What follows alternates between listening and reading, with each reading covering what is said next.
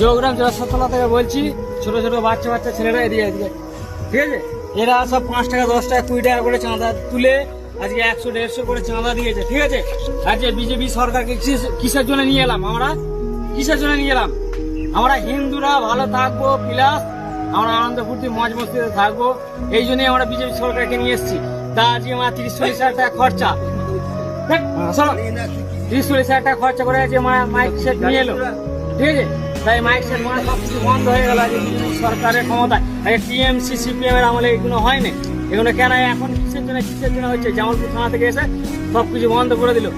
আমি আবার বলতে গেলাম বলে আমাকে গরম দিয়ে আমার ফোন সব কেড়ে নিয়েছিল। কিসের জন্য এগুলো? কিসের জন্য হবে? বিজেপি সরকারকে কারা এনেছে? আমরা হিন্দুরা এনেছি। মানে আজকে একটা হিন্দু ভোট দেয় না, ঠিক আছে? 5টা হিন্দু ভোট দেয় না, ঠিক আছে? কিন্তু সব হিন্দুরাই তো নিয়ে এসছে বিজেপি সরকারকে। হ্যাঁ, তা বিজেপি সরকার এসে কি এতটা খারাপ হবে এটা তো মানুষ তো ভাবে না। পশ্চিমবাংলার মানুষ এটা ভাবে না যে হিন্দুদের এইরকম দমন করা হবে। হ্যাঁ, হিন্দুদের ধর্মে এরকম বিবাদ আসবে, ঠিক আছে? প্রবলেম আসবে। হ্যাঁ, কোনো বছর এরকম হয়নি। হ্যাঁ, টিএমসির আমলে সিপিএম এর আমলে প্রত্যেক বছর আমরা আনন্দ ফুর্তি করেছি।